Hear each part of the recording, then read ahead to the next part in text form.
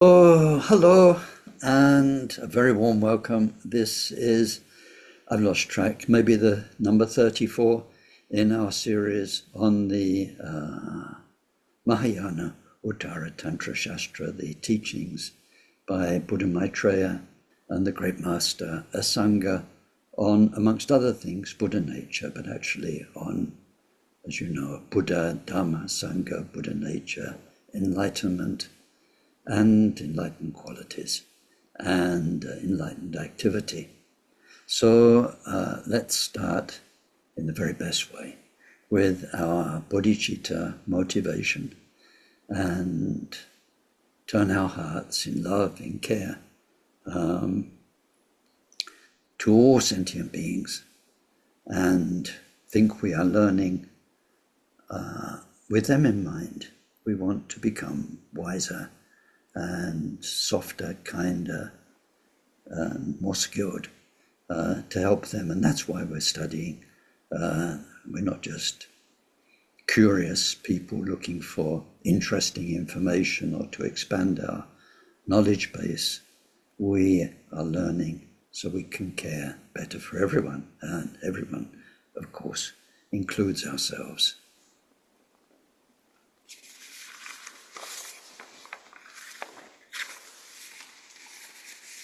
We take refuge in the Buddha, in the Dharma, and in the community of most noble minds. From this moment on, until we reach the very heart of enlightenment. Through our practice of generosity and all 6 transcendent virtues, may we reach total awakening and every enlightened quality, to be able to truly help sentient beings so lost in samsara. May each and every being be well. May they live long, be healthy. May they be well provided for, have good friends, find respect, live in places of peace and plenty, and most of all, may they practice Dharma. May they each create the causes for those good circumstances to be their wealth in future lives. May they be free from suffering and from creating causes of future suffering.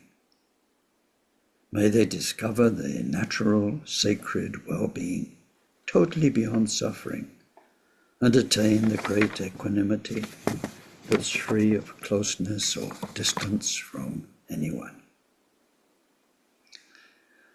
Dhyata shame shamavati shameta shatru kore marjite karota keori tejuwati oloyani bishudani male malapanaye kukure kaka grase grasana o muki paramuki amuki shame dawane Sawa graha bandhanane nigri edva Sawa bhava pravadina vimukta marapasha Savitva buddha mudra anugatita Sava maributsarita parishude Piga shantu sava marakama.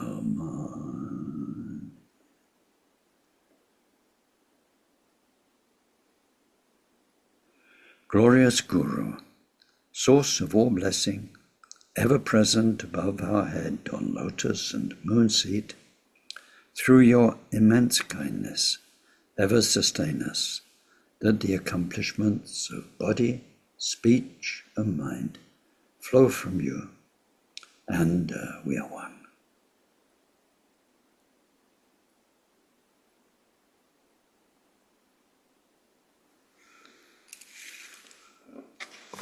Last week, at the beginning of the session,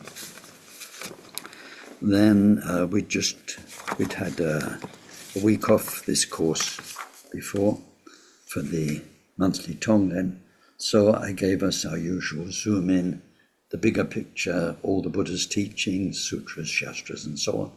So we won't do that again today. We'll go straight to where we are in the text, which is in the chapter on enlightenment's qualities.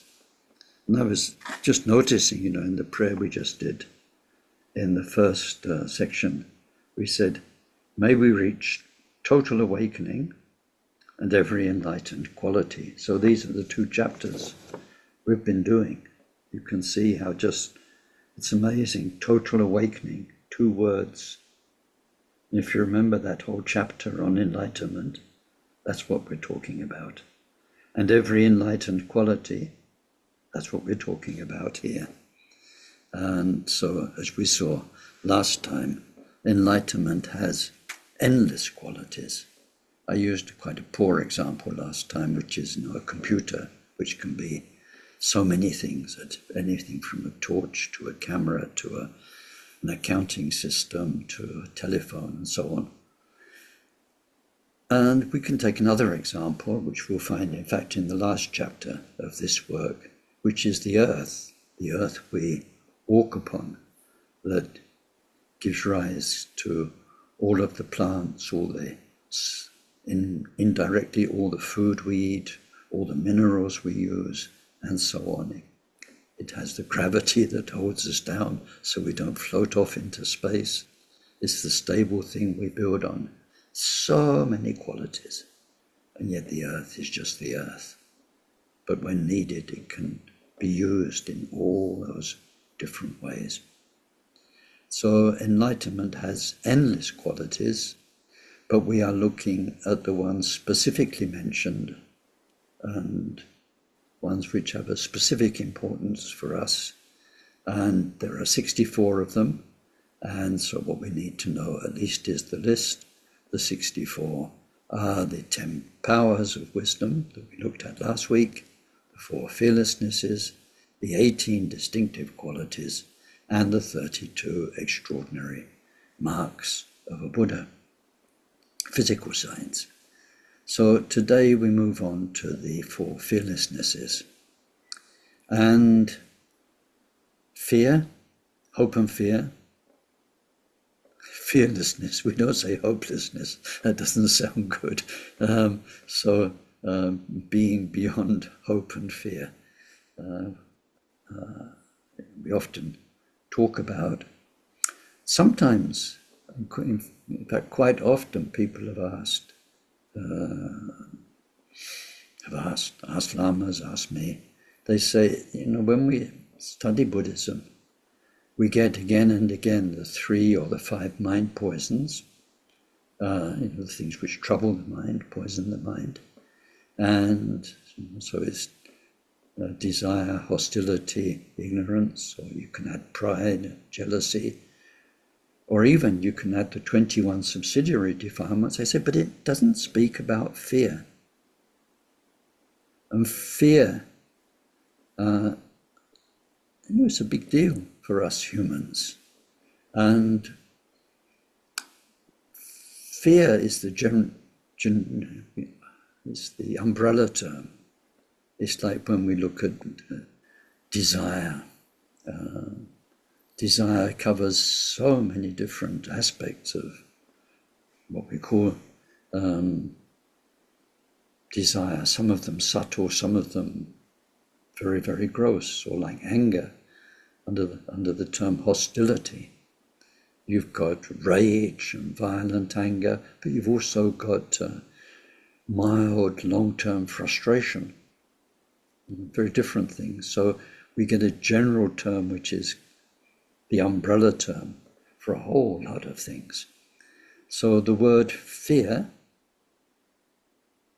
we can actually be very afraid, very, very afraid, and trembling, and even worse. But it covers many things. It's all forms of anxiety, from subtle, from long-term, even from not obvious, what people will call subconscious anxiety, worry.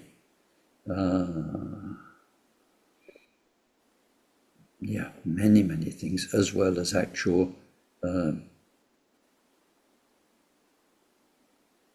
being in a state of fear which kind of dominates your life and your days, like people in in wartime they live in very great fear. I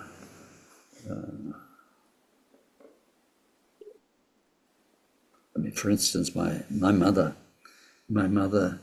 who lived through the Blitz in London, sort of every day it was bombing. My father was in the civil defense. He was going out every day picking up bits of bodies. My mother was down the shelter with her mother, up to their knees in water at night time with bombs dropping, and you came out the shelter to see what was left of your streets. I mean, that kind of fear, that's strong fear. But what we're looking at is every level of fear, from that down to very subtle, lifelong psychological anxieties that even if they're not present, are somehow part of you and a part of the reason you've made the choices you've made in your life and so on. So fear's a big topic, and it's true, you don't get many discourses on fear. In the Abhidharma, when we study Kenjuk, you don't get a chapter on fear.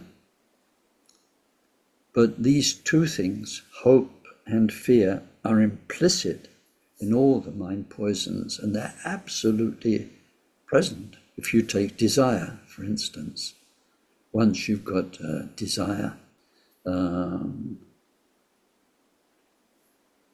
don't know what, for a job, you want a job, desire for a job, then there's the hope you're going to get it, and the fear you might not. And so once you've got desire, hope and fear, you can't disentangle them. And then if you've got aggression and hostility, you've got an enemy, somebody who's making your life very difficult, then immediately you hope for some things to happen, and you fear that other things might happen. You fear defeat, you feel they'll get their way. So once you have the mind poisons, if you look closely, they've all got an element of hope and fear.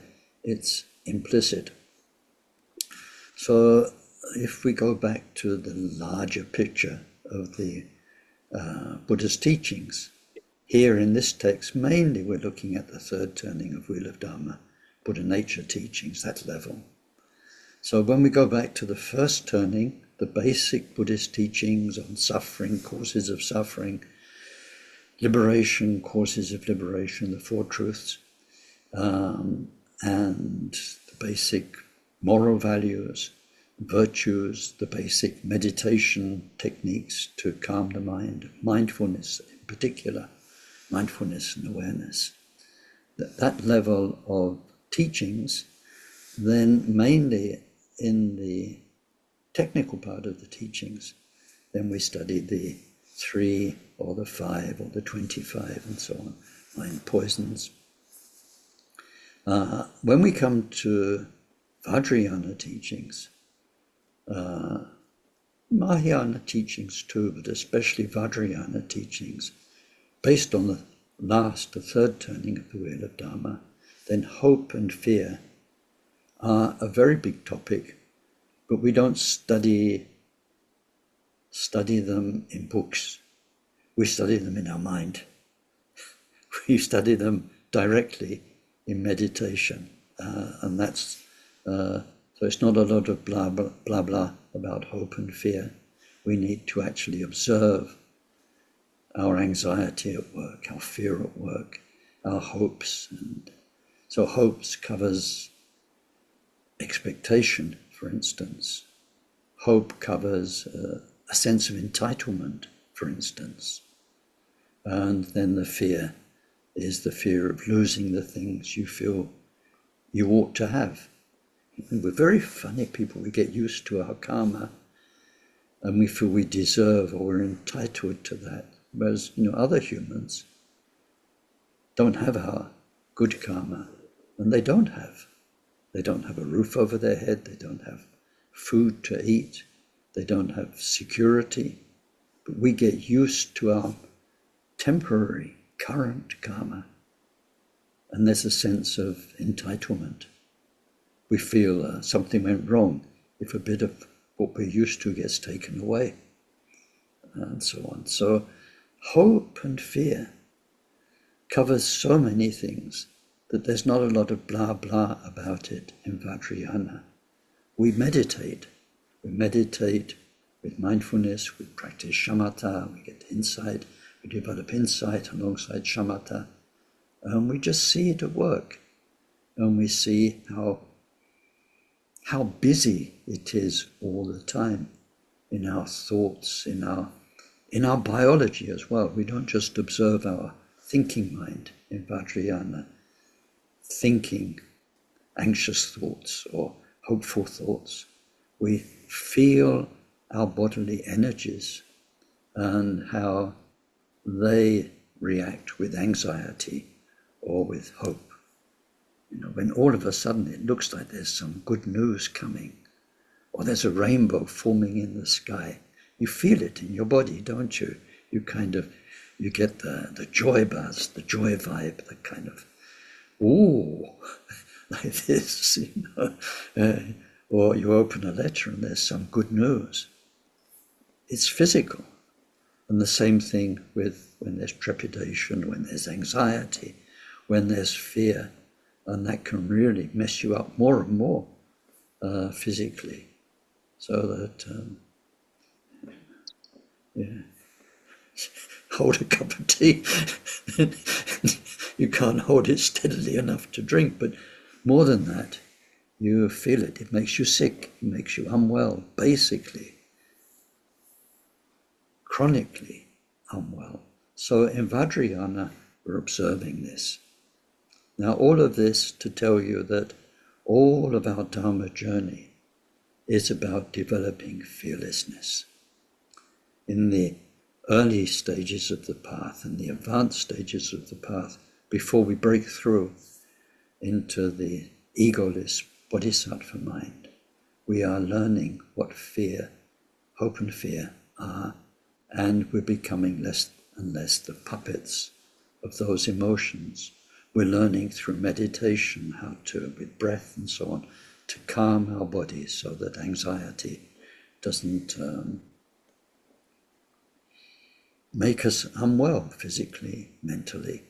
So the whole journey is one of learning what fear is and how to overcome it in a very hands-on, very practical way. So then when we come to the bodhisattva levels, I mentioned last week that when we come to the first level, we're free of 5 fears, not the fear of not gaining a livelihood. Doesn't just mean jobs, it means not being able to look after yourself or your family, your dear ones, whatever. So that anxiety of not being able to manage life is totally gone. Fear of not having a good reputation, fear of death, which is enormous and a big topic. I mean, so that's a huge topic. Why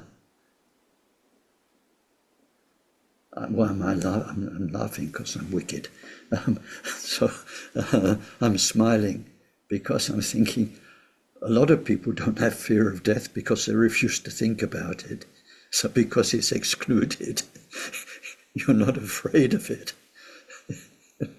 And so it's only when something becomes real for you, or possibly real for you, that you can fear it. So when the mind excludes it, I mean, I know lots and lots of Buddhists. I met thousands of Buddhists in my travels, in my lifetime. And on paper, if there was an official questionnaire, they believe in karma, rebirth, cause and effect. Yet quite honestly, how much people live their life as though this is just one life in a whole chain of lives, And the next ones, and the one after that, are much more important. The longer term is much more important than this life, this short term. Very, very few Buddhists actually live with the next life very much in mind, for all sorts of reasons. It's a human psychological habit. It's a very deep fear. I mean, this is, you've got fear of death when you're aware of it, fear. But deeper down, it's the fear of death that makes people not think about it. Because we've died hundreds and thousands of times. We've been reborn hundreds of thousands of times. Deep inside us, there's something that knows that. But the ego the ego delusion, the ego poison, which keeps us focused on this life and the next meal, the next romance, the next whatever it is, very short-term vision, is afraid of looking at the big picture. So anyway, fear of death is a huge topic. I mean, it's not today's topic, but fear of death is not so obvious as it seems, because it's this life ending, a whole new existence starting, many of them to come. Anyway, that goes at the first bodhisattva level. Fear of being born in a lower state of existence. And the last one, fear of being stuck among many worldly people. That's a Buddhist fear of where are my peers, whereas soulmates in that sense. So anyway, from first bodhisattva level, those 5 are gone. And so the fearlessness develops more and more and more as the mind becomes known in more and more subtle ways with greater and greater wisdom from a place of greater and greater purity, all through the 10 bodhisattva levels. So now we're looking at when you get to the very end of this journey of fearlessness. What are the 4 fearlessnesses of a Buddha that nobody else has? This is what we're looking at here. In this text, we're looking at the ultimate truth in terms of becoming a Buddha. And then when you become a Buddha, what fearlessness do you have that no one else has? So it includes all the other fearlessnesses. They're done and dusted. As we work through the path, go through the bodhisattva levels, then there's lots of things sorted out. They become history, they become the past. Now we're looking at 4 specific fearlessnesses of a Buddha. So let's go to the text, and we're on page 251, and right at the bottom, verse 248. So remember, 10 powers of wisdom, 4 fearlessnesses, 18 distinctive qualities, 32 special signs. Verse 248. In everything being perfectly enlightened. 1. In bringing a definitive end to obstacles. 2. In teaching the path and in stating cessation. 3. They have in teaching the path. 3. And in stating cessation. 4. They have 4 kinds of fearlessness. So that's the short version, that's the summary at the beginning of this section. And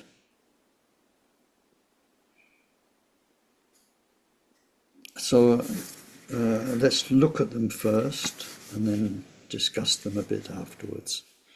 So page 252, you can see the first one is, we're putting a context. the context from the previous chapter, enlightenment, fulfillment for oneself, fulfillment for others. So the first fearlessness is in terms of fulfillment for oneself. And this is related to enlightenment's wisdom, which embraces everything which is utterly perfect, with now that one's reached the end, nothing to be removed, nothing more to be obtained. It's absolutely perfect wisdom. No ignorance, no unknown areas, and so on. So this means they are fearless in stating their own attainment of perfection and absence of impurity. You remember from previous chapters, becoming enlightened means this: all the impurities are gone, there's purity, and then all the qualities are there. So they are fearless in stating their own attainment of perfection and removal of all impurity, knowing that not even one atom of pride, jealousy, or any of those things remain, and knowing that their teaching comes spontaneously from the ultimate universal truth that they've become, the timeless truth. Therefore, their enlightenment and their teaching is unbiased, it's impartial, it has the same compassionate love for each and every being.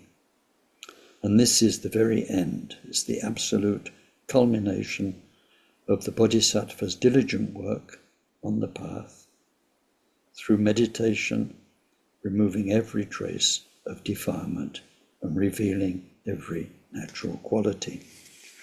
So this first fearlessness is in stating their own perfection, their own enlightenment. And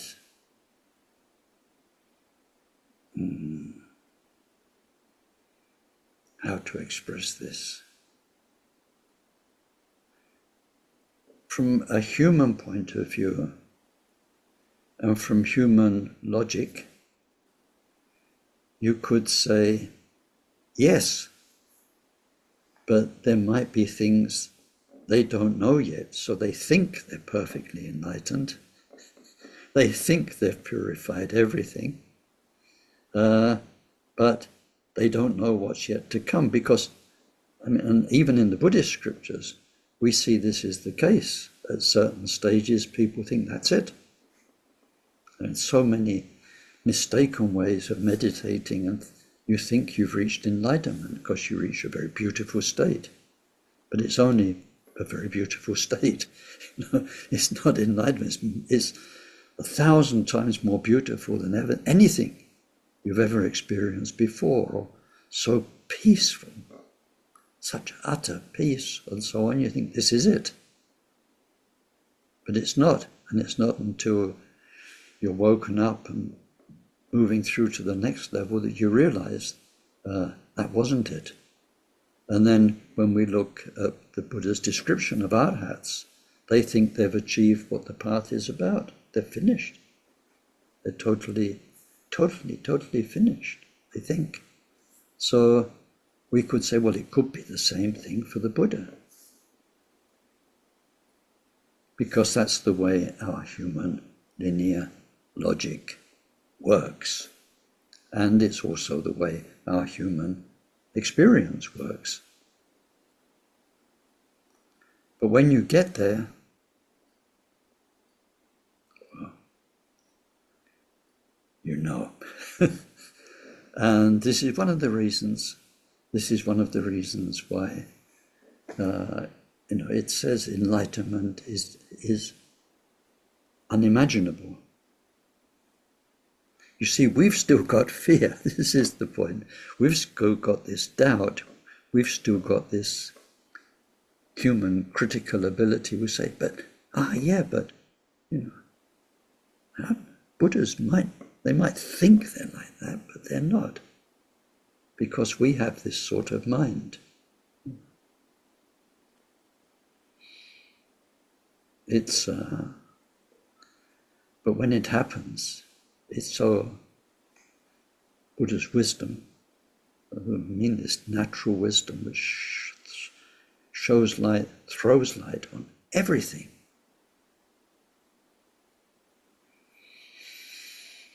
Then, what do you see sometimes on social media these days? If you know, you know. If you know, you know. And so, in a way, it's only an example, but it is a Buddhist example. It's like you're in a dormitory and you wake up from your dream. And then there you are, woken up in the dormitory, and around you you've got people tossing and turning. You can see they're each in their dream, and goodness knows what dream. You know, some might be having pleasant dreams, some might be having nightmares. You woke up, and then you see somebody else wake up, and this is where we are. Where did that whale go?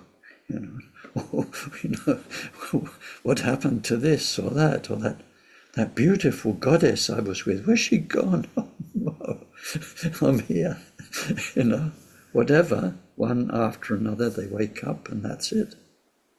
That's how it is.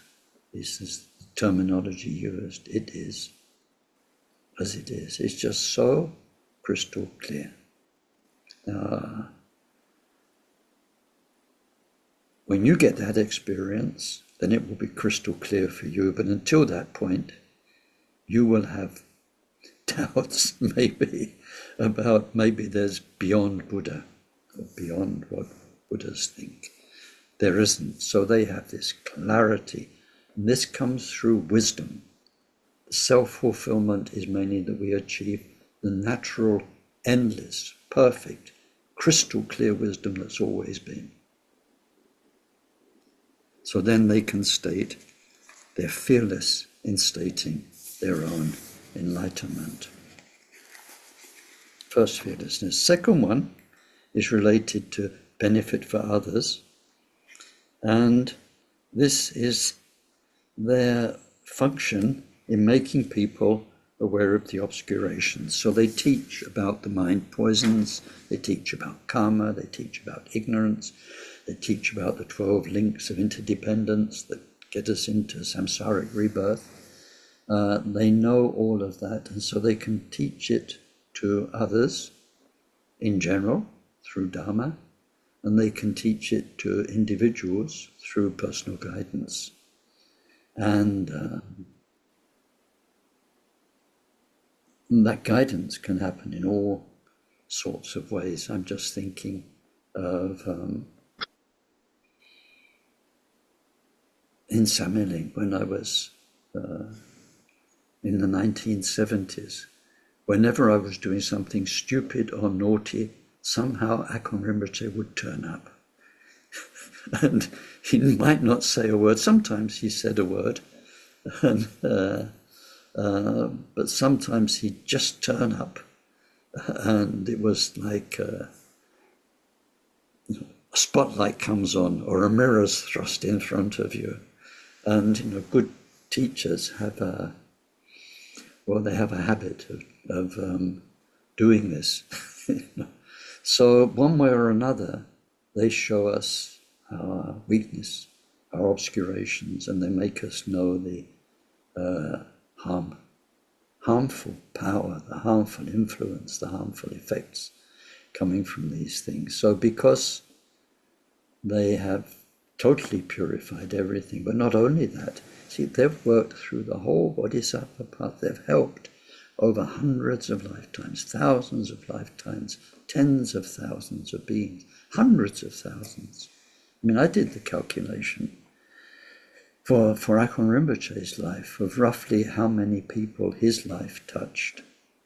And I got way beyond 100,000 for me, it always just stops me in my tracks to think that one human being can have a positive effect on 100,000 other people's lives.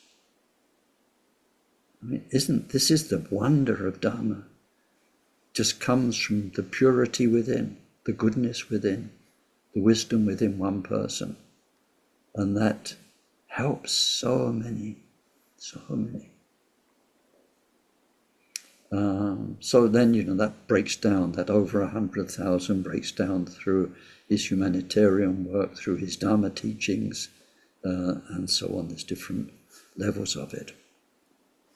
So anyway, the second fearlessness is in saying what's not good. And I'm smiling because I'm thinking of 16th Karmapa. He didn't have much English, but 2 words he had was 2 phrases: good, no good. And it was very definitive. He'd point to something and say, no good. And it really wasn't good. And he'd point to something and say, good. And then you really felt, you felt there's an enlightened mind seeing goodness at work, somebody benefiting themselves, somebody benefiting others, doing the right thing, something clean, pure, healthy, good. Somebody messing it up, bringing more darkness, more confusion, more karma. No good. It's very powerful. And when I asked him a question once when I was driving him, complicated question about my own emotions and feelings and what to do. Just stop it. Not all complicated. You need this method or do that, or just stop it. Right? And you realize that you can sometimes just directly address the problem. It's no good. You stop it. But can I have a method to work with it slowly? And so I'm working on myself, and I can still be naughty for a bit more. Just stop it. So anyway, in declaring all that is poisonous, they are fearless.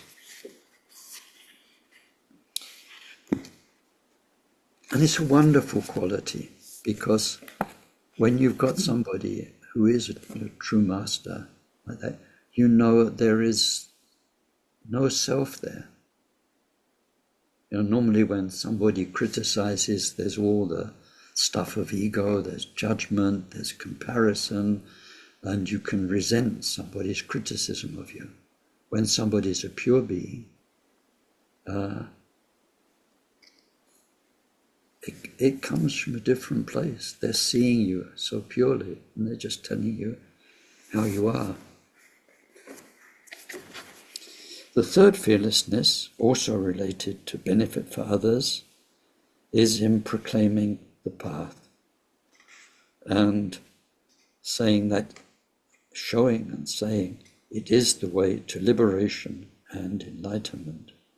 So here the words liberation means showing the path, the basic path, the Shravaka path to Arhat state, and enlightenment, the Mahayana path to Buddhahood. They know it's the case, they've proven it themselves through their own practice. They have the twofold wisdom, which we looked at in an earlier chapter as it is wisdom and manyness wisdom. They know all about all of the different paths. You remember in the 10 powers of wisdom, they know the paths that lead everywhere, all the pathways of karma, all the pathways of dharma. And so they teach the 5 stages of the path, the 37 factors of enlightenment.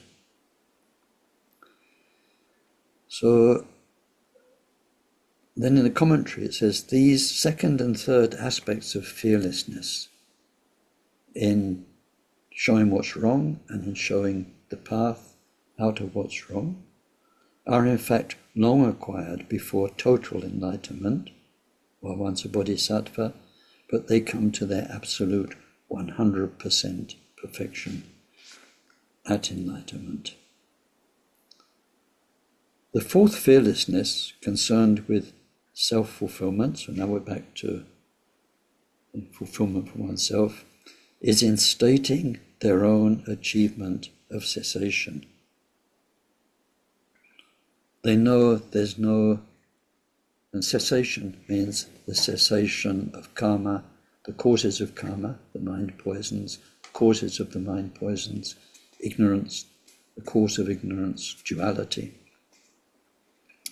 And so they know all of that's gone forever. And so they can state their own cessation of the mind stream, the consciousness mind stream of samsara. And they can do that without any pride, because pride has ceased, but as a matter of fact. So then, verse 249, more or less repeats what we've just been looking through the first verse and the commentary.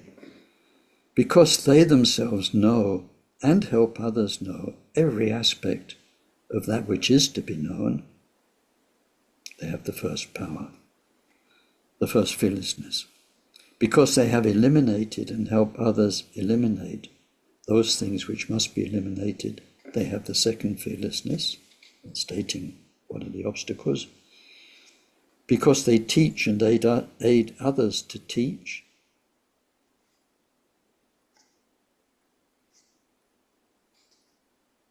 so that's the third fearlessness in stating the path. And because they help others to attain the utterly stainless highest attainment, the fourth power, stating cessation, they truthfully tell others of their own realization, and in doing so are unhindered in every way. We turn the page to page 254, verse 250, the example now. Just as in every part of the jungle, the king of wild animals is ever fearless, moving intrepidly among all other beasts, so likewise is the lion of beings, the king of the victors, ever completely fearless in any gathering, independent, stable, and highly skillful. So there we get the lion as the example. We talked about that last week. So now we move on. That was the four fearlessnesses. And we move on to the next section, the 18 unique and distinctive qualities.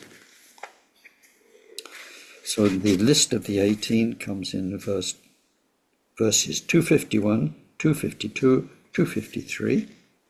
Then we'll see afterwards they fall into groups.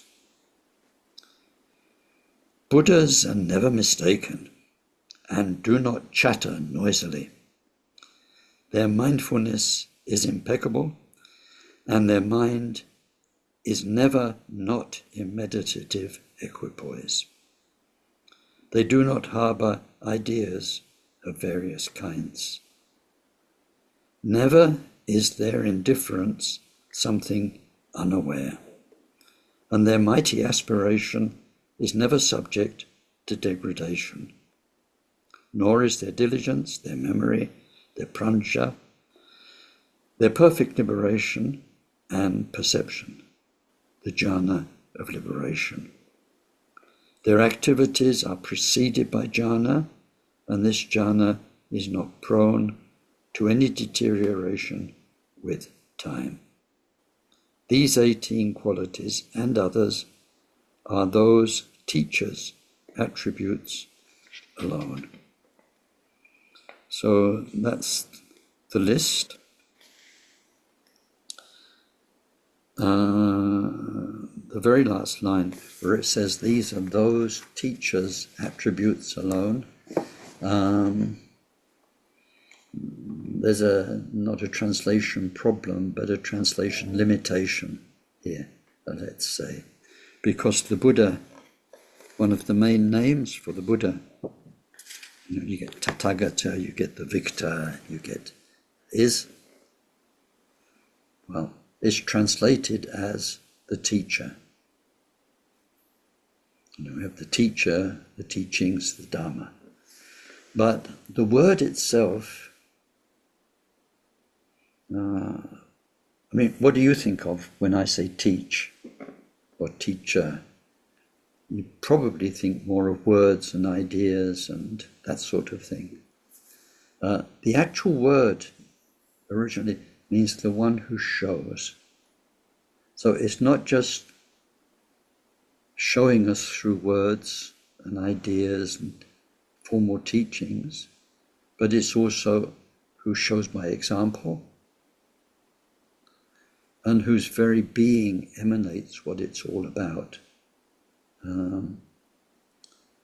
When we go back to the life of Buddha,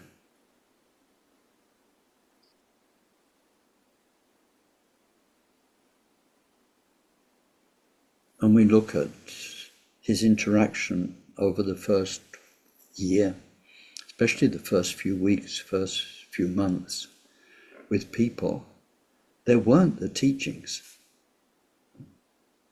These 84,000 aspects of Dharma, 3 baskets, all of that, took him 45 years, to gradually establish all of that, for that to become the teachings. Nearly everybody who became his followers became his follower because of his presence. It just showed everything. 16th Karmapa, was like that. People not at all in the Buddhist world, when I travelled around, drove him around, went with him, took him to places, took him to shops. Everybody was just, his presence was filled the whole room immediately. And when we go back to the Frealessnesses, with an authority, people knew they were in the presence of greatness, strength, power. And even the most ordinary, everyday of people, for decades afterwards, the guy working the petrol pump in Lochmaben would always ask about him and so on, because we'd stopped there once for petrol. It's just crazy. So this word, which in Tibetan is Termpa, I forget what it is in Sanskrit. I don't want to take a guess. But anyway, it means the one who shows. And this is what we're looking at in this section. 18 distinctive qualities of the one who shows us the way. So the original text was just those poetic verses. It's only when we get the commentaries that we see how they break down into groups. So we have 18 qualities, 6 related to enlightened conduct, 6 related to enlightenment's realization, so that's wisdom and meditation accomplishment, 3 related to enlightened activity, and 3 related to unique qualities of wisdom. So let's go through those. So the first group is a group of 6 related to Buddha's conduct. It's on page 255. It says, they never make mistakes in their physical behavior. In this respect, they are unique, since even an arhat can make mistakes sometime, even though the arhat's behavior is excellent. undefiled and supported by clear cognition. So when we consider arhats, then their moral behavior is excellent. It's not polluted by a bad mind or any imperfection of mind. And they have the 5 clear cognitions that we've seen. But even so, it says there, they can make mistakes. So I want to be very careful with my speech here. I don't want to imagine mistakes that arhats could make. Often, let's not talk about arhats, but when talking about people who are quite advanced on the path, it says with walking, for instance,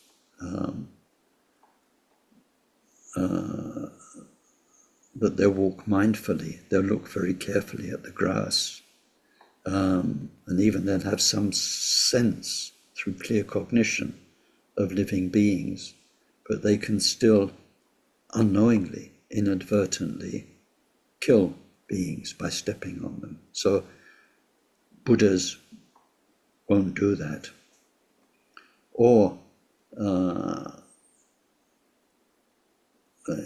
if we look in another area, when we look at morality, some of the implications of morality, morality is a delicate topic. When we get the basic Buddhist teaching, you've got the rule book, not this book. You've got the basic Vinaya. You don't do this, you don't do that. Like you don't kill, full stop. Any living being, you don't kill. That's good, isn't it? Hello? That's good, isn't it? You don't kill. Yeah? Don't kill anything, anybody, ever. Good thing to do, excellent karma, and so on. So you don't kill.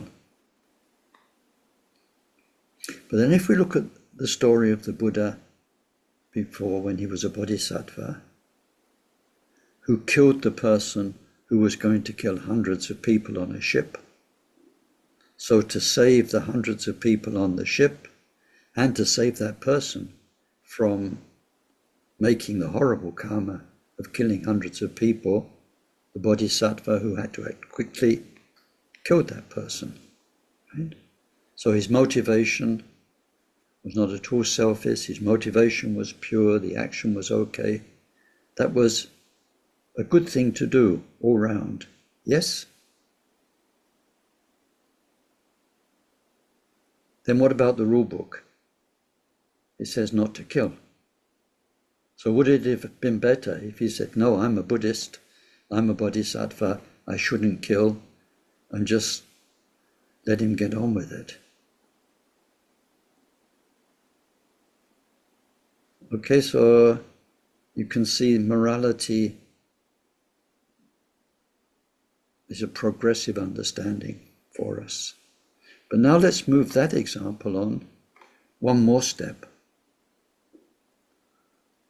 Somebody observing that,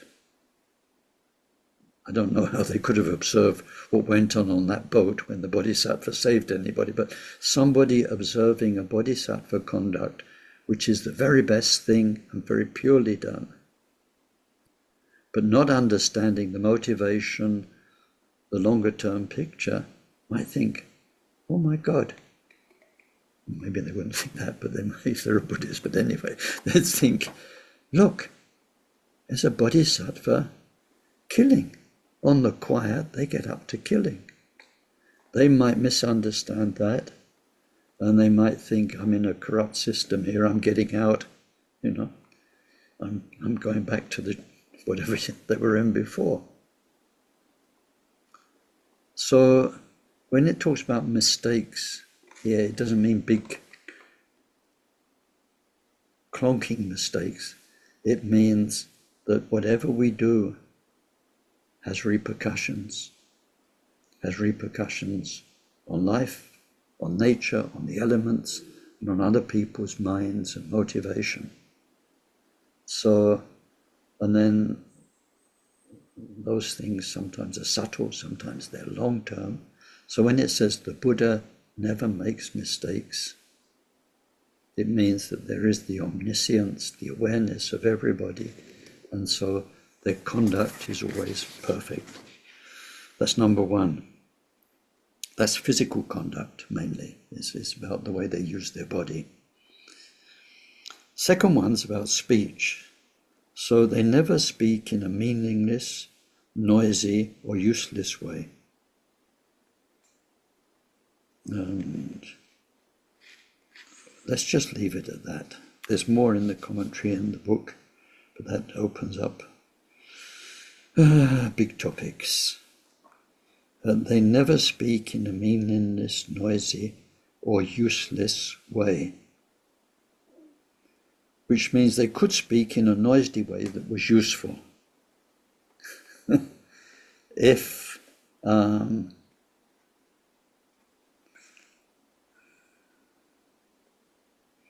or meaningless.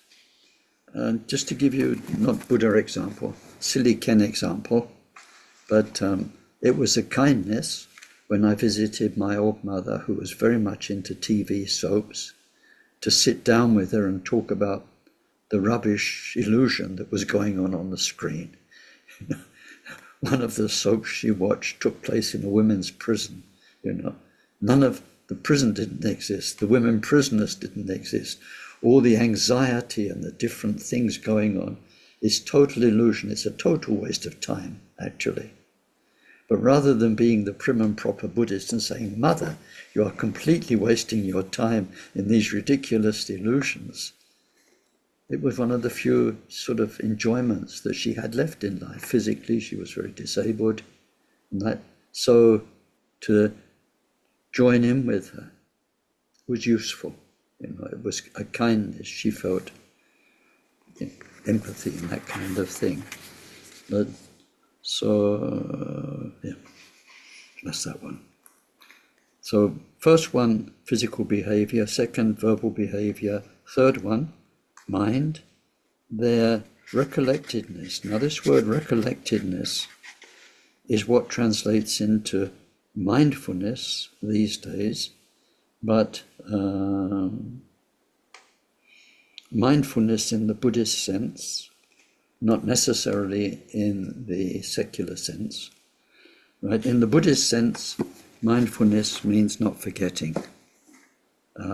Being present in the moment, very aware of the moment, that's awareness. It's not mindfulness in Buddha's teaching. It's awareness. Being clearly in the moment without bringing your own stuff to it, knowing what's going on, that's awareness. Mindfulness is remembering the Buddha's teachings relevant to that situation, so you know what to do or what not to do. Mindfulness is always about recollection. The word itself means recollection. Recollection of the Buddha's guidance, your guru's guidance on what to do. Awareness, you're present in the situation, you're aware of what's going on. Mindfulness, you remember the Buddha's guidance. So here, that's what we're talking about. Their mind, their mindfulness, never deteriorates. It means both their mindfulness and their memory. Number 4, their mind is always in meditation. Now the actual verse uses a double negative.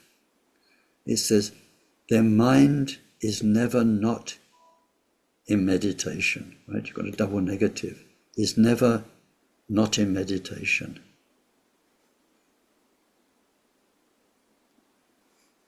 Linguistically, it means the same thing as always in meditation. But actually, this is the double negative is very useful, is very real. For instance, you, me too. Are there some times when our mind is not in meditation? So on this level, there's quite a lot of that. Then when we get to the bodhisattva levels, then there's, in a very subtle way, meditation and post-meditation. And that gets very subtle, and it's not easy for us to understand now. But there is in the bodhisattva levels, and that improves, changes, level 1, level 2, 3, 4, 5, 6. When they reach enlightenment after the 10th bodhisattva level, then there is the twofold jhana, as it is jhana, many-ness jhana. That level of meditation never stops. Once you've gone into the pure state of mind forever, you've become Buddha. There is never, it doesn't drop off for a bit. It doesn't even lose like 1% for a while. You can't do it, because you are wisdom.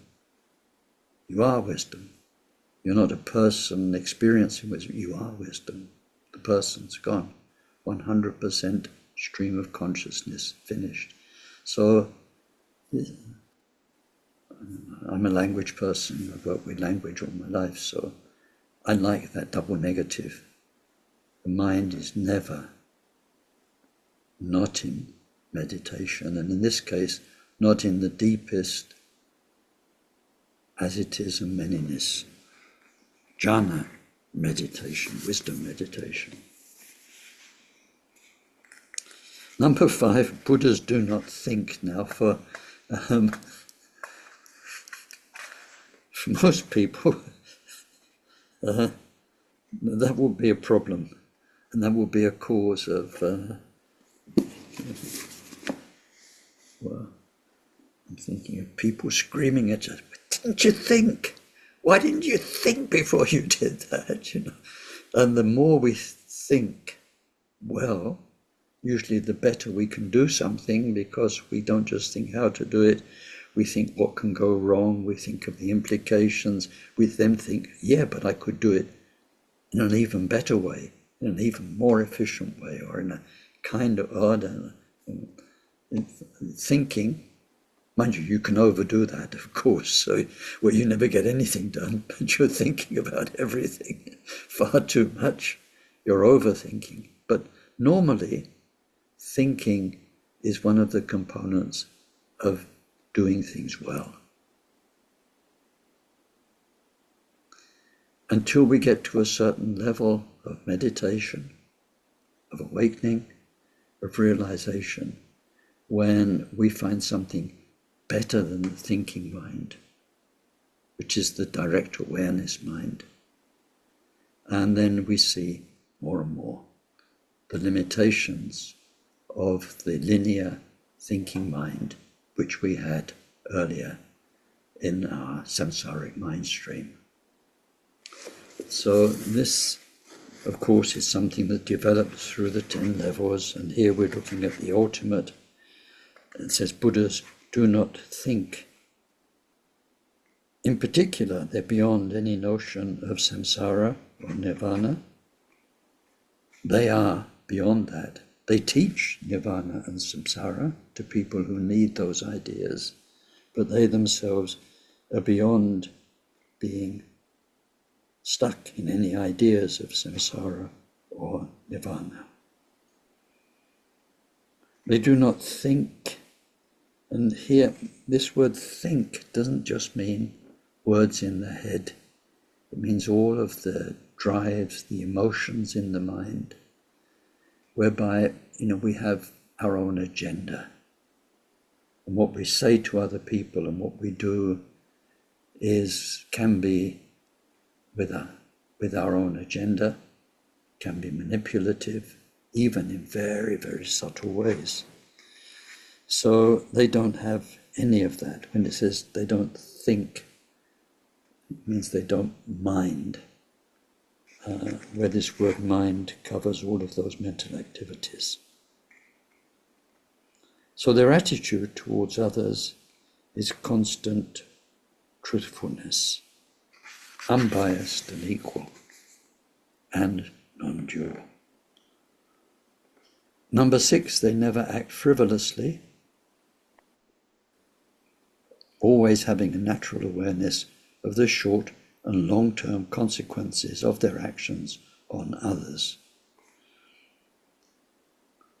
It may happen sometimes that they show indifference. Now this is a curious point. This number 6 is in the original verse. It says,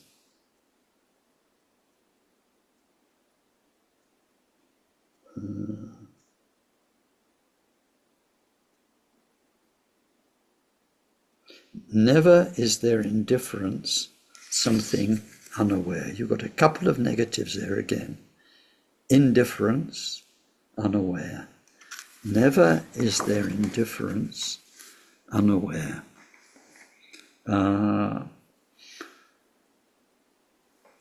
Let's give a gross example of this. A good Lama, a good teacher, and an attention-seeking disciple. Right?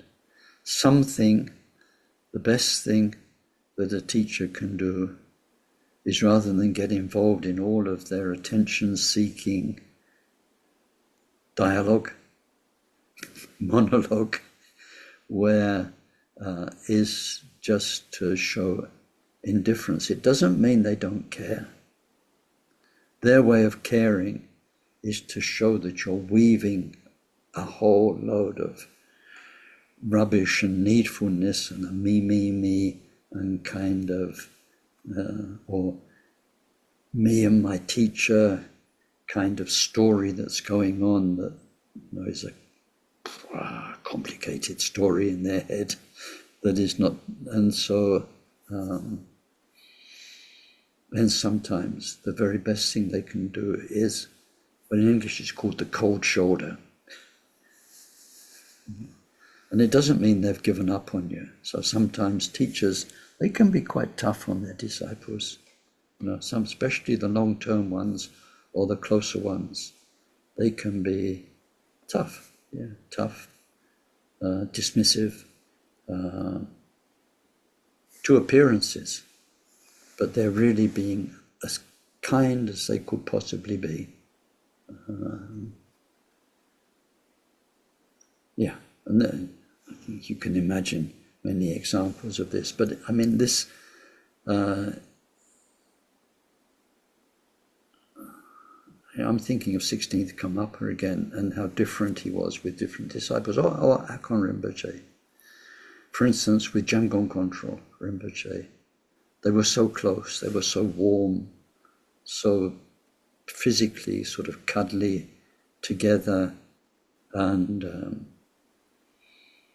because Jamgon Rinpoche could handle it. Other people who were doing a lot for the Karmapa, serving him very well, very close to him in those terms, he needed to be quite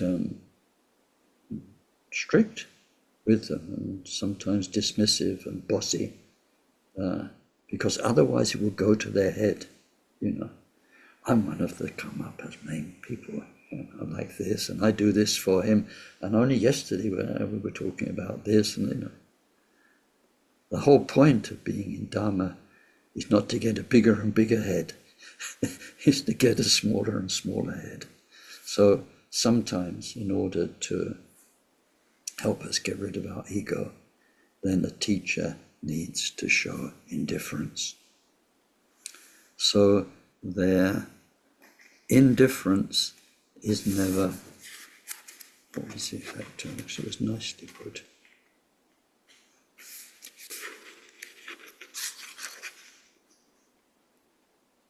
Never something unaware.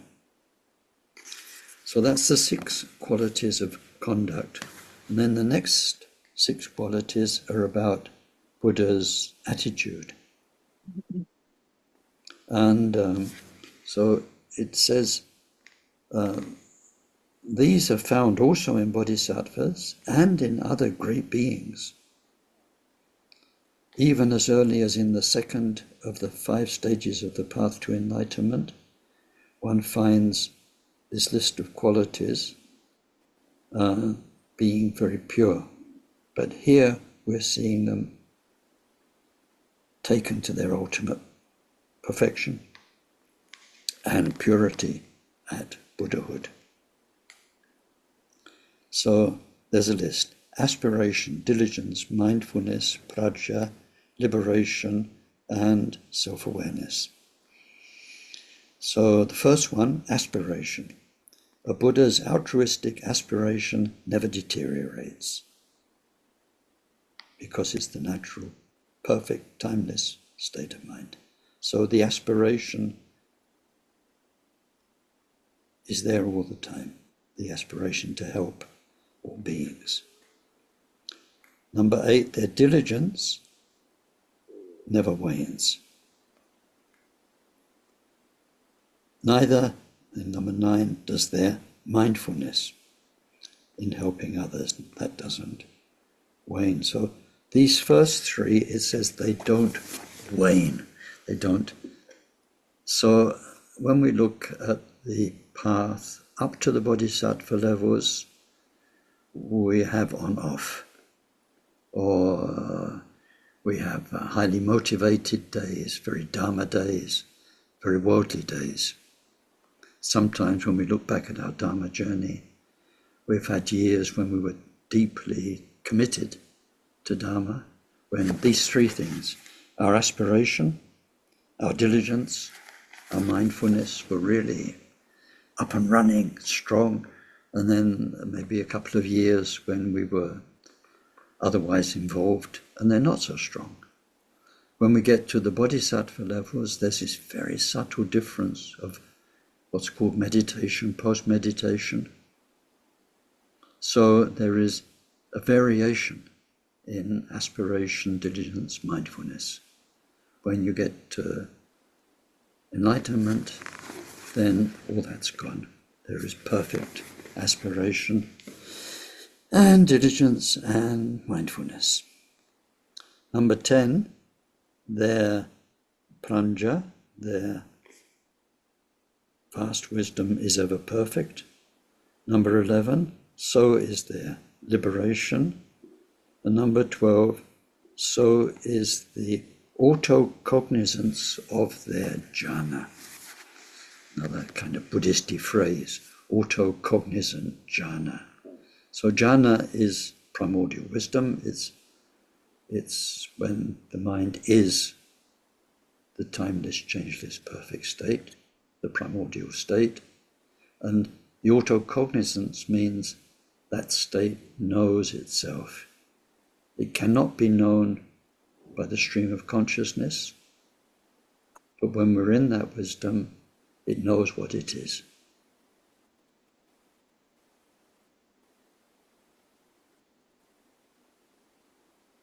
Does that make sense? That wisdom cannot be known by our normal consciousness, but when you get to it and your mind is open, awakened, it is Buddha mind, it knows what it is. Some people sometimes say, Rinpoche, how will I know when I'm enlightened? And they just light up there, you'll know. You'll know. So it's not kind of like gone, nothing left, kind of dull, gone. On the contrary, it's the greatest awareness, and that can only know what that greatest awareness is within itself. So it's called autocognizance. There is this in the bodhisattva levels. Here we're looking at that is perfect now. Now we get 3 qualities related to enlightened activity. So first one's about physical action, next one's speech, verbal acts, last one, the mind. So all of them are preceded by, accompanied by, and followed by primordial wisdom. And lastly, 3 qualities related to that primordial wisdom, Buddha jhana. The jhana which sustains their actions of body, speech and mind is completely aware of the past. There's no cut-off point in the past where it can't remember before that, or where it's vague or non-existent. So again, as in all of this, sorry to say it so much, but it really only makes sense when you see what's happened in the path up to enlightenment, where you do start to get knowledge of past lives. And some of it's very clear and some of it's a bit vague and woolly. Then it gets more and clearer and better and goes back further. And so it's only a Buddhahood that every past life, throughout time, is known. So the wisdom, which is supporting what their body does, what they say when they teach, is aware of all the past, their past lives, your past life, without limit. And then that's number 16. Number 17, the same with the present. They're aware endlessly of the present, what's happening right now in the present.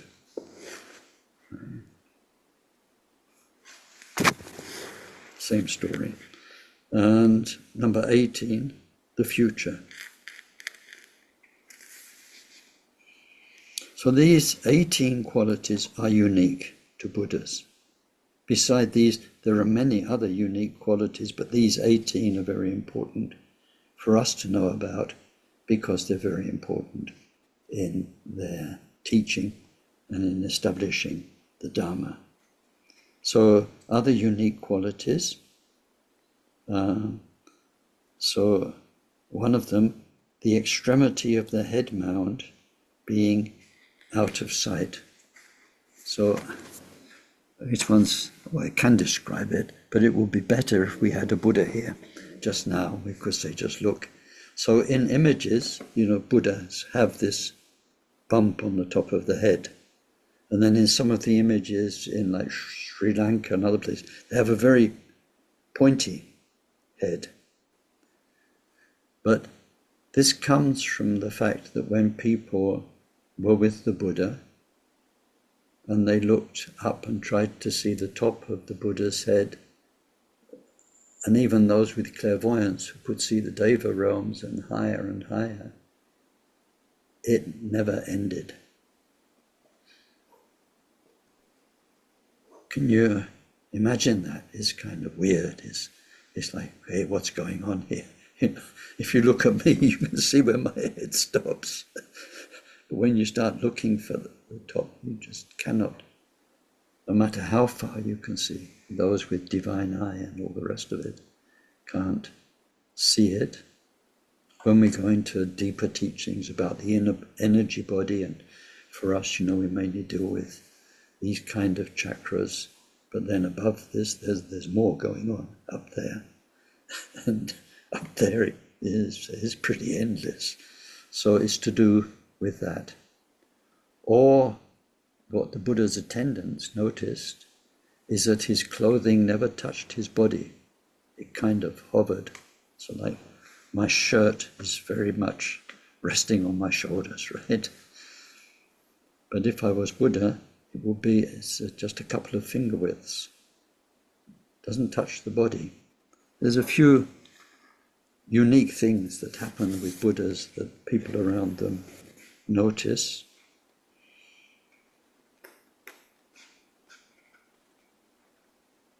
Oh, there's one very beautiful thing, is that when the Buddha is present, it immediately calms down people who are upset. The presence is so strong, you can't be upset. So, verse 254 and 255, so I'll read them out, but they more or less reproduce what we've just seen with the first verses and the commentary. For great sages, there are no mistakes, no chatter, no unmindfulness, no mental agitation, none of the various forms of ideation or casual indifference. Aspiration, diligence, recollection, perfectly pure and immaculate pranja, constant perfect liberation, and jhana of perfect liberation, which is aware of all aspects of the knowable, these are theirs. And these never suffer from any deterioration. All three activities, whatever they may be, are preceded by, accompanied by, and followed by jhana.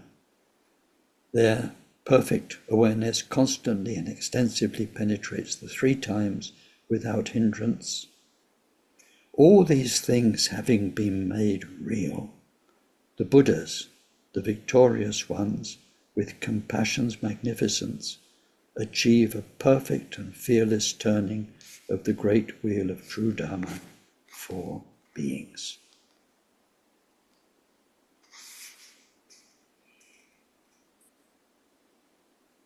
So then we get the example. We had, remember, for the 4 fearlessnesses, we had the lion.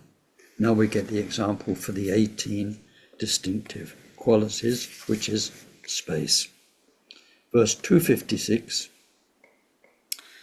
earth and so forth, so earth, water, fire, wind, have properties of specific character. Their nature is not that of space. The intrinsic character of space, non-obstruction, is absent in matter. Earth, water, fire, wind, and space are equally common to all the worlds, but not even so much as an atom of the distinctive attributes of a Buddha is common to any of the worlds. So that last verse is an example, and space. So if you're familiar with the 5 prime elements, which are the 5 prime elements or components of each atom, each building block of the universe, then it says there are 5, but space is different from the other 4. Space is changeless. The other 4 change, they can come and go, they can be more or less, and they are substantial. But space isn't a something. Space is the absence of anything. And that's a quality that the other 4 elements don't have. And yet they are pervaded by space. So that's the example of space. Good. Space doesn't change, it's constant. And it pervades the others. But when it comes to the Buddha qualities, then it's like space in being different, but it's unlike the example of space because the 5 elements are present everywhere, all the time, in samsara, in illusory reality. They're there working, depending on each other to make reality happen. Whereas these distinctive qualities of the Buddha share nothing with the stream of consciousness, with the worldly experience. Nothing. It says, not even one atom. So space is a good example to a point, but then it doesn't work after a point. That's all. That's all. We don't need to make it more complicated. And the main point is qualities in the world, qualities on the bodhisattva path, come and go through causes and conditions. They're generated by causes. They come, they go. They come and they go in the primordial pure space. So when one becomes enlightened, one is that space. Okay, so there we've today looked at the 4 fearlessnesses and the 18 distinctive qualities. So let's share anything that was good and useful and helpful with everybody. Going back to our initial motivation and wishing that what we are learning and what we are doing is really of benefit to everyone. May whatever virtue was created by our session contribute to the state of omniscience being attained, by the main enemy, our mind's defilements, being completely defeated. Through that, may each and every sentient being become freed from the ocean of existence, troubled by the waves of rebirth, aging, sickness, and death. May this precious bodhicitta arise in those in whom it's not arisen. In those in whom it has arisen, then may its development know no setbacks, and may it increase ever more and more. Through this virtue, may we quickly achieve Mahamudra and establish every single sentient being in that same accomplishment.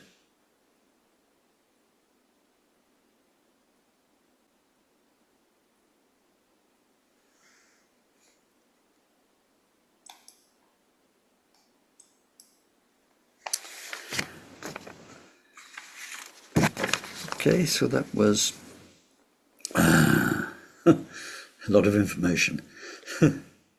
Over to you now for comments or questions, if you have any.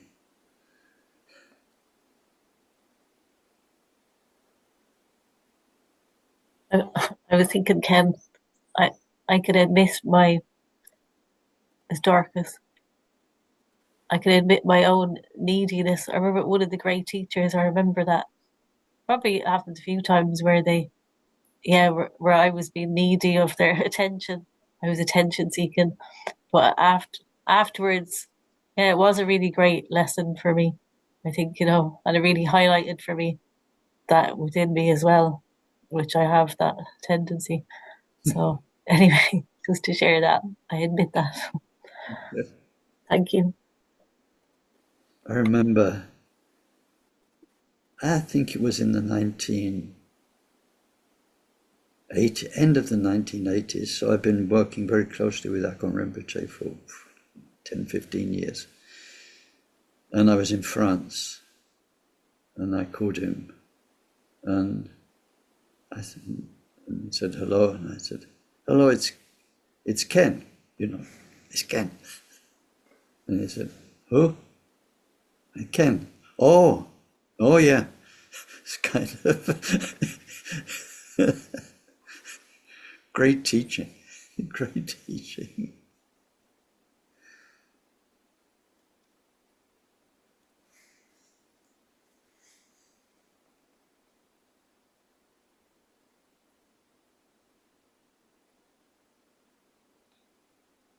Concerning the small talk, I just had I remembered a certain high Rinpoche, I don't want to mention his name. With him, it was like there used to be groups that go into his, meeting room, and many of them were first timers. Others were, beginners. So you could tell their level by that teacher's behavior. Like when he would do a small talk, when I learned about it and I knew, do a small talk and I would go, oh, this is really bad. Oh, this is really, really bad. And especially laughing and making jokes and all that thing. And then there would come a group of monks, so, advanced, obviously, practitioners, no joke, no small talk, straight to the point. That was a big, big, big teaching. So I was very happy when he didn't do small talk with me.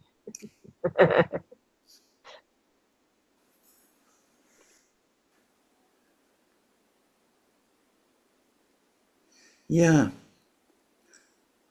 yeah. It's very often like that. But then sometimes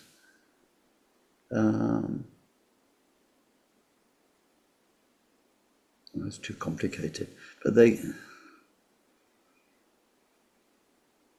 what sounds like small talk can be a vehicle for much awakening. Oh, yes, for sure. There was some Yeah. talks about all kinds of subjects, for sure. We talked about all kinds of things, but it wasn't a small talk. And what I mean is there's presence. And sometimes you go see one of these very great teachers, and they say, "Oh, how are you getting on? How's your house? How's your auntie? Or whatever it is." But while they're saying that, there's a presence connection that happens, and then sometimes they can use it as an awakener to mindfulness. I'm just trying to think from my own examples. There was behind Semmering, as it was in the early days, which was just mainly the old house, the old grey stone house, and there were a lot of trees, and I had to take down a tree to put in a new oil tank for the central heating. And so the tree came down okay, chainsaw. It falls, you can chop it up. And then you got the root to get out. And there wasn't a tractor at the time. There wasn't anything strong enough to pull out the root. And so Rinpoche set myself and somebody else on the job with pickaxes and spades, and so that took a long time. And the guy I was with was so unaware of space. With the pickaxe, you had to really, every time he moved it, you had to make sure that it wasn't coming near you. And so we'd done pretty well. We dug out, and there were lots and lots of roots exposed. And kind of, you get into a job, it's kind of a sweaty job, and you're a man, you're kind of proud of yourself, having done so much and got it away. And then Rinpoche came gliding along, and he looked, and then underneath one root, put in his hands and took out a little bulb. He said, "Look, plant, make flower," and then gave it to me and walked off. So that, in all of this kind of hack, getting rid of it all, there wasn't kind of an awareness of what was there. And he just came along and made that little, I think it wasn't small talk, but it was a vehicle for showing something else. But yeah, it's just amazing when sometimes you get these teachings and different batches come in. Absolutely, yeah. It's the same teaching, like the Mahamudra transmission, but very different channel of communication.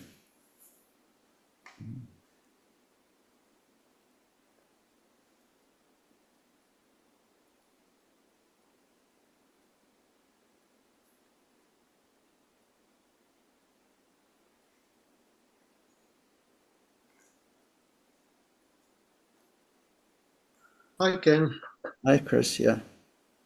I can. It was just a quick one. I was just wondering, and thinking in terms of, I suppose, applying some of these things from today, if you like, and thinking back to the thing about the non-casual indifference, if you like, from a teacher. It just got me thinking about what teachings we can maybe draw for ourselves from the actions of others even if they're not apparently lessons being given by a Buddha, if you like. Maybe other people's indifference sometimes is something we can reflect upon in relation to this, and at least treat it as if it's a teaching, to help us reflect on ourselves. Is that is that of any use? Yeah, I think so. I think it's maybe just reframing our own experiences, and that maybe can be a step in that sort of direction. I don't know. There's a thought that came to mind. Yeah, absolutely. Yeah. I mean, here we're looking at the qualities of the Buddha. But yeah, it's interesting. Other people, and in our what we call our bodhisattva journey,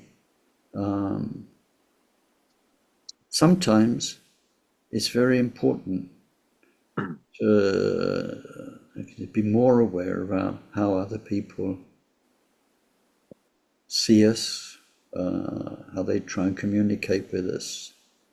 Sometimes there's lessons to be learned that we're blinkering ourselves off from. And so other people's opinions and attitudes can be very helpful. Mm-hmm. But in the mind training, 7-point mind training, you come to a point of stability, I suppose is the best word.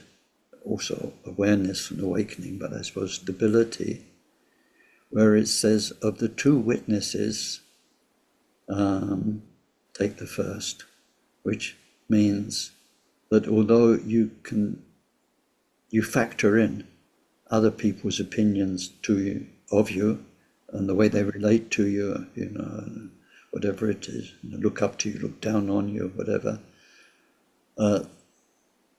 your main reference is coming from inside.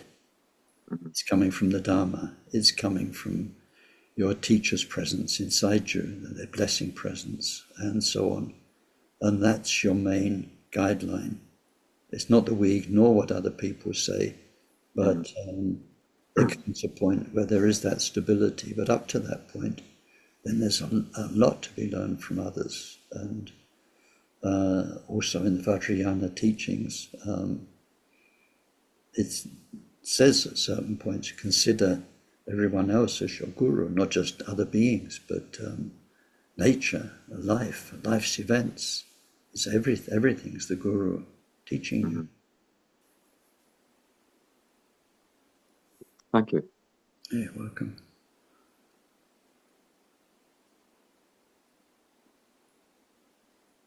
I can. Hi, Mika. I was last time had this question in mind, but then I was thinking maybe it would be big, but then I've been thinking it's about emptiness, and I hope it will also hopefully give some insight to others as well. So my question is about that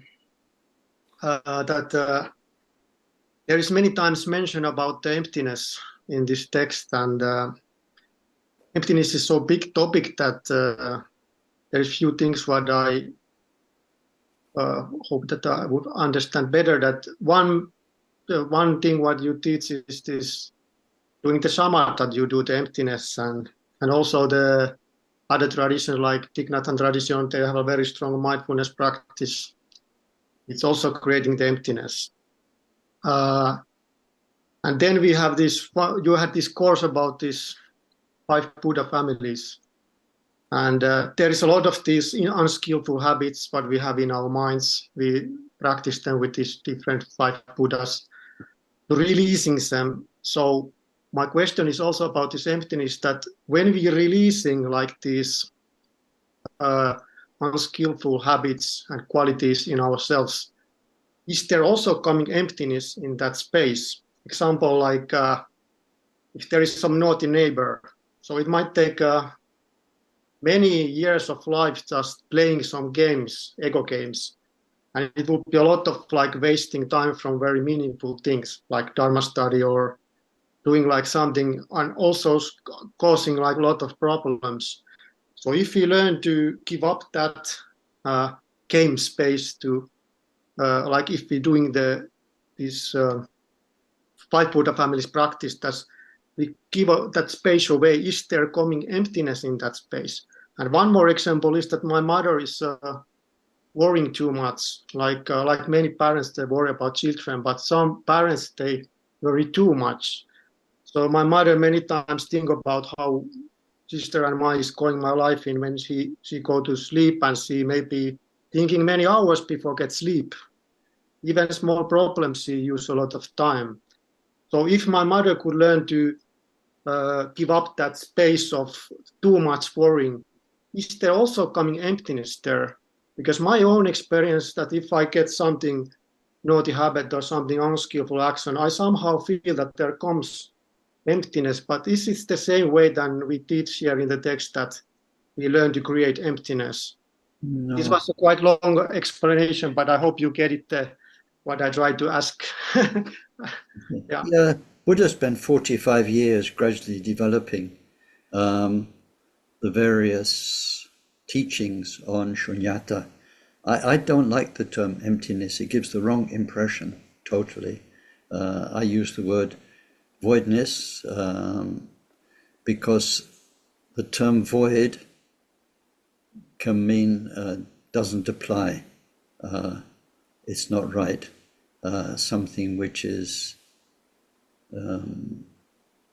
voided. But it's very hard to find a word.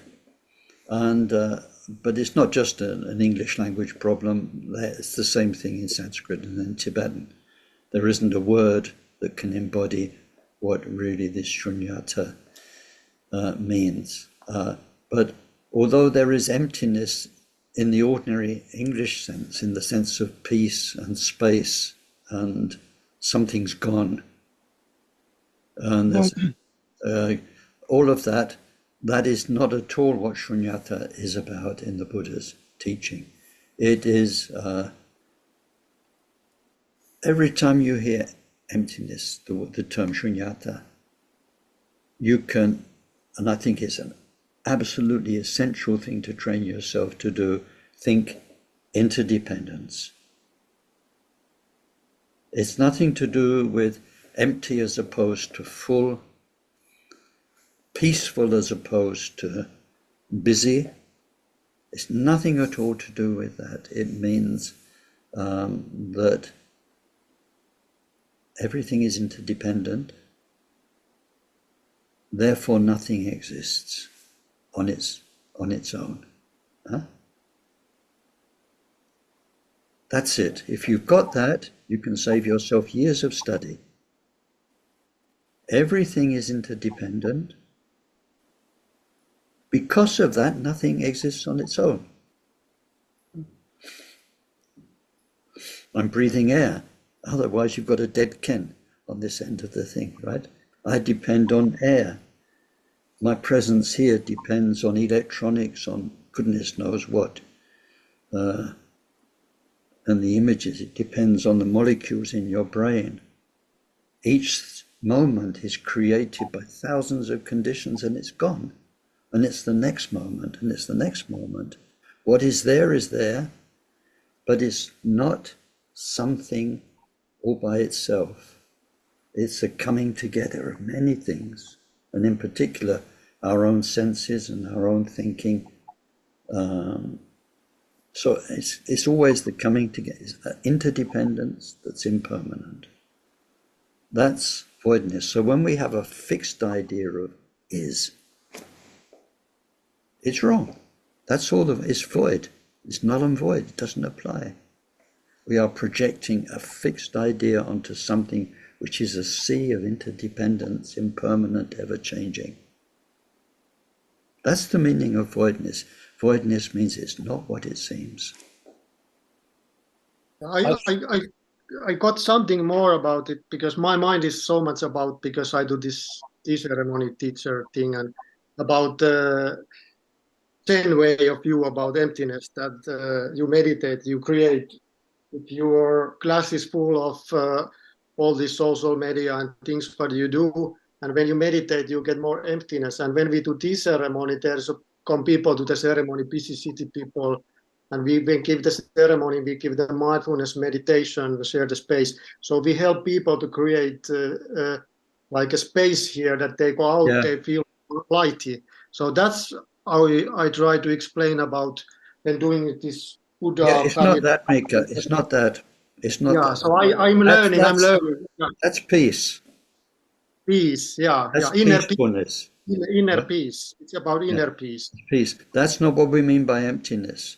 By emptiness, we mean that our delusions and projections are not valid. They are void. The way we make things solid, we make them entities, we make them other than ourselves. We don't understand the interdependence of our perception and the play of karma and so on and so on. It means those things, those illusions are not the truth. So there's the way things seem to be and the way they really are. The way they seem to be is illusion. The way they really are is truth. Our journey to Buddhahood is our journey to truth. And it's this pure, timeless, changeless state of compassion, wisdom, and peace. That's the truth. And what's stopping us from realizing that truth is our constant projection of illusions. So we need to see through the illusions, see that they're void, they don't apply. So the voidness is there when life is at its extreme busyness. You're in the middle of a city with busy traffic and heavy metal music and all of your senses. You've got a hamburger in your mouth, you're freezing cold, all of your senses are up and running, very powerful. Still, that is emptiness because it is interdependence. That emptiness is not the same as peace. It's not the same as quietness. So there's a lot to me. If it took Buddha 45 years, Ken can't explain it in 10 minutes. And the 5 Buddha families, if there is like anger, and when you do the practice, this is example, you learn to transmute it to the like a compassion. Is this something to do with the voidness, that you have something unskillful, but then you learn to do with 5 Buddha families to transmute this to the exactly that. Your own Buddha nature, like learning it to transmute to the seeing things more clear. Is there something about the voidness? Yeah. That's the anger, if it's anger, is there in your mind, in your being, because of interdependence. It's because of your history, it's because of the thoughts you've had, it's because of your karma. All of that karma is interdependence, cause and effect. And then the way you relate to your karma is conditioning, cause and effect. So by seeing through all of that properly, and in this takes training, meditation training, wisdom training, and so on, but by seeing through it properly, the anger collapses. You see through its interdependence, and it collapses, and what is naturally there, what has always been there, is the loving equanimity of the Buddha mind, of the Buddha family. So although we allocate that specifically, the main way of, the deeper way of transmuting the mind poisons is to see into them for what they are. It's like, it's a very simple example. When we see I'm getting upset about this, and then we think, why? And we see our own psychology, family, conditioning, all of that. And you think, you can see through it. It's just a load of rubbish, not worth getting upset about. You could even have some beautiful swear words when you see through your own illusion. You could say, what a load of, like this, because you see through it, and it's got no more power. you see you've been manipulated by history. A very simple example. So when we have good meditation and training and we understand the theory of this, all of our painful delusions can collapse. And when they do collapse, then what we find in the natural state of mind are all of its qualities. And one way that they manifest is as the 5 Buddha families. But not to confuse this meaning of shunyata with peace or spaciousness. And we get wonderful spaciousness and peace through meditation practice. But that's not what shunyata means. Yeah, now I got it, because you take the example to the 5 Buddha families and transmuting the like these qualities, unskillful qualities. Now I feel that I'm on the right track, that I have a little confusion, but now I'm back in the right track. Thanks you. Thanks. Great. Okay. On that positive note, let's say see you next week. Yeah. I just want to say, I think you put it beautifully and simply when you were teaching the levels of understanding of shunyata. And what you said, and you were questioning the use of emptiness and voidness. And you simply said, shunyata means does not have. And that, I think that's beautiful, because it immediately raises the question, what does it not have? But also, what does it have? So thinking of shunyata as does not have, I think, is a very simple solution. Yeah, that's second turning of the wheel of Dharma, does not have. Today we're looking at third turning of the wheel of Dharma, where every moment there is fearlessness, all the Buddha qualities, and the beauty of the Buddha's presence. It's a kind of, like you say, the next step on, but it only works when you've gone through the step before, which is the does not have step. The no shunyata of the second turning, and the yes shunyata of the third turning. Okay, have a good week and take good care. Thank you. And hello and goodbye to those I didn't get to say hello and goodbye to at the beginning. Nice to see you. Yeah. Thank you, Ken. Thank you so much. Bye, everyone. Bye. Bye. Thank you, Ken. Yeah.